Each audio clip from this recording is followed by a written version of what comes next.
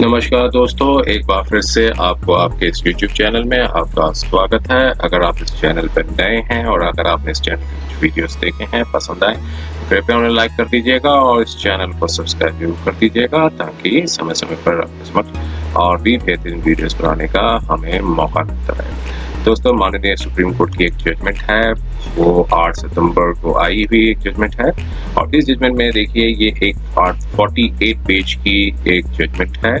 और इस जजमेंट में देखिए ये समराइज ये निकल के आया है कि अगर कोई अक्यूज पर्सन के साथ कंप्लेनेंट जो है वो कॉम्प्रोमाइज कर लेते हैं और तो क्या उनको 482 के अंदर जो है रिलीफ मिल सकता है कॉम्प्रोमाइज करके। जो कोई अगर वो प्रिवेंशन ऑफ करप्शन एक्ट से संबंधित कोई प्रोविजंस हैं तो उसमें क्या उनको रिलीफ मिल सकता है। तो इस केस में माननीय जो हाई कोर्ट थी, मद्रास हाई कोर्ट ने रिलीफ दे दिया था, लेकिन यहाँ पर सुप्रीम कोर्ट ने ऑर्डर को सेट असाइड कर दिया और इसमें जो स्पेशल लीव पिटीशन जो फाइल की गई थी वो कि एक थर्ड पर्सन थे, उनकी जो स्पेशल लीव पिटीशन को अलाउ कर दिया था। तो देखिए, आइए हम थोड़ा सा डिटेल्स में जानते हैं इस वीडियो में। थोड़ा सा बने रहिए इस वीडियो में, थोड़ा फैक्ट्स को समझते हैं और क्या बताया गया था इसमें। तो देखते हैं, देखिए क्रिमिनल अपील थी ये कि 1514 ऑफ 2022 की अपील थी और 3 क्रिमिनल अपील्स को क्लब्ड किया गया है, सॉरी 2 क्रिमिनल अपील्स को क्लब्ड किया गया है और स्पेशल लीव पिटीशंस हैं वो 3 स्पेशल लीव पिटीशंस थी। और यहाँ पे थोड़ा फैक्चुअल जो है इश्यूज पे हम थोड़ा सा देखते हैं। यहाँ पे 3 स्पेशल लीव पिटीशंस थी जो कि चैलेंज किया गया था ऑर्डर को, हाई कोर्ट के जो ऑर्डर को चैलेंज किया गया था मद्रास के,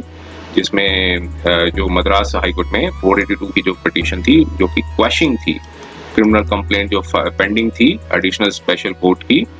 जिसमें मेंबर्स ऑफ पार्लियामेंट और members of legislative assembly of Tamil Nadu के ऊपर जो केसेस पेंडिंग पड़े थे उनको क्वैश कर दिया था कि ये था कि विक्टिम्स थे, उन्होंने कॉम्प्रोमाइज कर लिया है सारे क्लेम्स के जो कि अक्यूज्ड के साथ थे। और जो थर्ड स्पेशली पिटीशन जो फाइल की गई थी वो ऑर्डर के ऊपर थी, जिसमें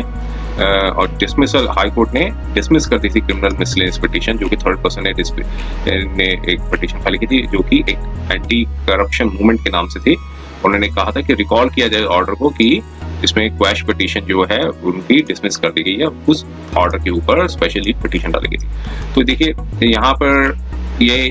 निकल के आया था कि ब्रीफ फैक्ट्स क्या थे। ब्रीफ फैक्ट्स थोड़ा देख लेते हैं। यहाँ पर एक कंप्लेंट लॉन्च की गई थी एक टेक्निकल विंग में एक कंप्लेनेंट द्वारा और जो जिसमें जो है एफआईआर रजिस्टर्ड हुई थी, उसके कंटेंट्स यहाँ पर बताए गए हैं। थोड़ा सा हम आगे ब्रीफिंग पे चलते हैं, थोड़ा सा ये सारा डिटेल्स से। वहाँ पे जो कंप्लेंट डाली गई उसमें एफआईआर रजिस्टर्ड हुई थी 405, 420 और 506 इंडियन पीनल कोड में, जिसमें जो 4 पर्सन्स थे जो उनके मिनिस्टर्स थे उनको अक्यूज्ड बनाया गया तथा एफआईआर में फिर इन्वेस्टिगेशन हुई, फाइनल रिपोर्ट डाली गई 173(2) के अंदर, जिसमें 4 अक्यूज्ड को एफआईआर में डाला गया नाम और जो ऑफेंसेस थे चार्जशीट में जो कि 406 और 409 भी ऐड कर दिया गया, 420, 506 और रीड विद सेक्शन 34 और 5PC में। और फिर बाद में जो एक अक्यूज नंबर 3 थे उन्होंने criminal miscellaneous original petition file की हाई कोर्ट में और मैं बताया गया कि 482 के अंदर कहा कि जो क्वैश करने की प्रोसीडिंग्स थी, जो क्रिमिनल कंप्लेंट पेंडिंग पड़ी हुई थी कोर्ट में, स्पेशल कोर्ट में, उन प्रोसीडिंग्स को क्वैश करने के लिए कहा गया। हाई कोर्ट में बताया गया कि जो कंप्लेनेंट थे उन्होंने एक एफिडेविट फाइल किया था और सपोर्ट किया था अक्यूज्ड को कि जो विक्टिम्स हैं उन्होंने उनका जो डिस्प्यूट है वो सॉल्व हो गया है और जो है एक पॉलिटिकल राइवलरी थी दोनों ग्रुप्स की, तो इसलिए जो स्टेटमेंट्स जो थी वो मतलब थोड़ा सा मतलब कन्वर्ट कर दी गई उस अनवारंटेड स्टेटमेंट से जो कि उन्होंने नहीं बनाई थी। तो ये एक एफिडेविट था जो अक्यूज मतलब विक्टिम्स ने सपोर्ट करके अक्यूज पर्सन के फेवर में लिखा था। जॉइंट कॉम्प्रोमाइज एक मेमो फाइल किया गया जिसमें 13 जो विक्टिम्स थे जिनको जो मनी था वो वापस मिल गया था और जो हाई कोर्ट ने जो है प्रोसीडिंग्स को जो है क्वैश कर दिया था। और यहाँ पे यही उठाया कि गवर्नमेंट मतलब कि अकरेंस जो हुआ था 2014 में हुआ था और कॉम्प्रोमाइज था 2019 में हुआ था, जबकि फाइनल रिपोर्ट फाइल की गई थी और जो 13 जो विक्टिम्स थे वो मद्रास हाई कोर्ट के समक्ष वीडियो कॉन्फ्रेंसिंग के थ्रू आए थे। उन्होंने कहा था कि सारे इश्यूज उनके रिजॉल्व हो गए हैं और यहाँ ये निकल के आया कि जो हाई कोर्ट ने जो ऑर्डर दिया गया था 30/7/2021 को, जो कि क्वैश करने के लिए था प्रोसीडिंग्स को, और कहा कि जो ऑफेंसेस आफ्टर नोटिसिंग की ऑफेंसेस जो है कंपाउंडेबल नेचर में नहीं है, हाई कोर्ट ने एक स्टेटमेंट पे रिकॉर्ड कर ली और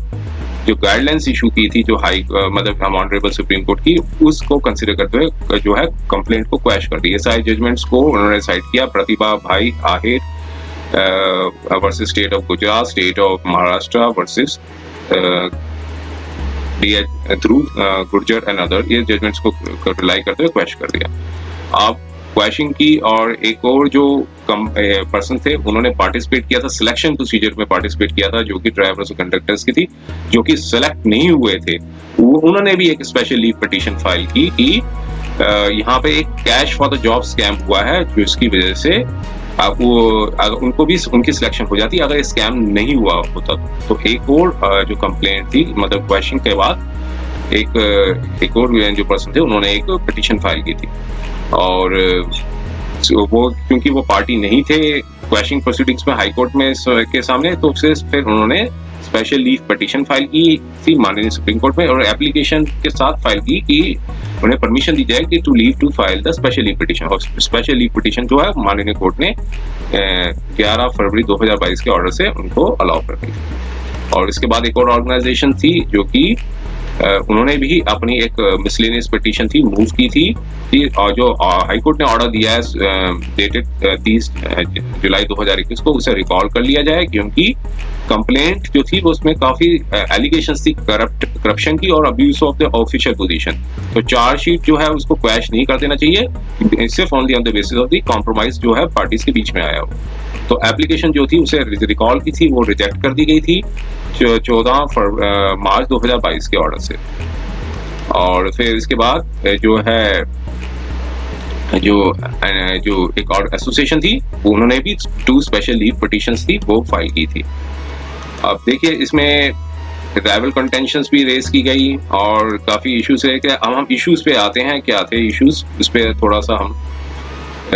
डिस्कस करते हैं। मतलब जो हमारे सुप्रीम कोर्ट ने डिस्कस किया था वो ये पहले बताया था कि locus standi of the appellants, क्या उनका लोकल स्टैंड आई है अपीलेंट्स का। दूसरा कि जो इफेक्ट ऑफ द कॉम्प्रोमाइज जो हुआ है कंप्लेनेंट और 13 named victims on the one hand and the 4 accused on the other hand, और फिर non inclusion of the charge sheet in the offences under prevention of corruption act. ये 3 issues को frame किया गया। तो लोकल स्टैंड आई के ऊपर माननीय सुप्रीम कोर्ट ने जो है ऑब्जर्वेशन दी, उसमें कहा कि काउंटर एफिडेविट जो फाइल किया गया था assistant commissioner of police central crime branch Chennai में, उन्होंने रेट पिटीशन में तो उन्होंने कई जो इवेंट्स थे वो नरेट किया, उन सब इवेंट्स को रिलाई किया। और फिर बाद में यहाँ पे ये कंक्लूजन निकाला कि इन्वेस्टिगेटिंग ऑफिसर के हिसाब से कि जो पर्सन जो थे जिन्होंने पेड किया था, मनी दिया था, लेकिन उनको अपॉइंटमेंट का ऑर्डर नहीं मिला, वो सिर्फ अकेले विक्टिम्स नहीं थे, जो कि वो भी विक्टिम्स थे जो कि मेरिटोरियस भी थे, लेकिन वो सिलेक्टेड नहीं हुए सिर्फ इस ग्राउंड पे क्योंकि on the count of the being aged out by the candidate जिन्होंने दूसरे कैंडिडेट्स को सिलेक्शन दे दी, जो उन्होंने मनी पे किया था और वो सिलेक्टेड हो गए। तो वो भी विक्टिम्स माने जाएंगे जो कि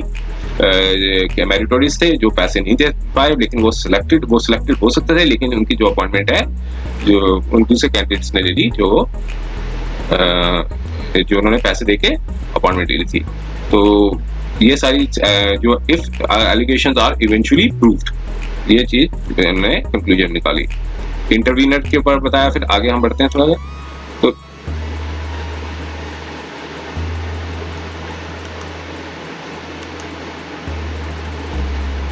कोर्ट ने देखिए फिर ये बताया कि जो ट्रायल चला था जो पेंडिंग स्पेशल जज की कोर्ट में था, उसमें सेक्शन 420, 467 एंड 471 ये सारे जजमेंट्स आई थी, उसके ऊपर उन्होंने रिलाई किया। जो संजय तिवारी का जो केस था उस पर जजमेंट बताया। तो कंक्लूजन पे चलते हैं, क्या आया था इसकी कंक्लूजन पे, जो कि लोकल स्टैंड आई के ऊपर जो है ऑब्जर्वेशन दी थी। फिर जनता दल वर्सेस एस चौधरी की जो जजमेंट थी उस पर रिलाई किया, जो कि ट्राइबल कंटेंशंस लेगी। तो अब यहाँ पे बताया कि जो अपील को डिस्पोज करते समय कोर्ट ने हेल्ड किया कि third person has no local stand in the matter, लेकिन इट मस्ट बी नोटेड कि जो एच.एस. चौधरी का जो केस पहले डिस्कस किया था उसमें जो मूव किया गया था वो सीबीआई के था, मतलब जो कि सीबीआई ने एक लेटर रोगेटरी इशू था वो उसके ऊपर रेज किया गया था।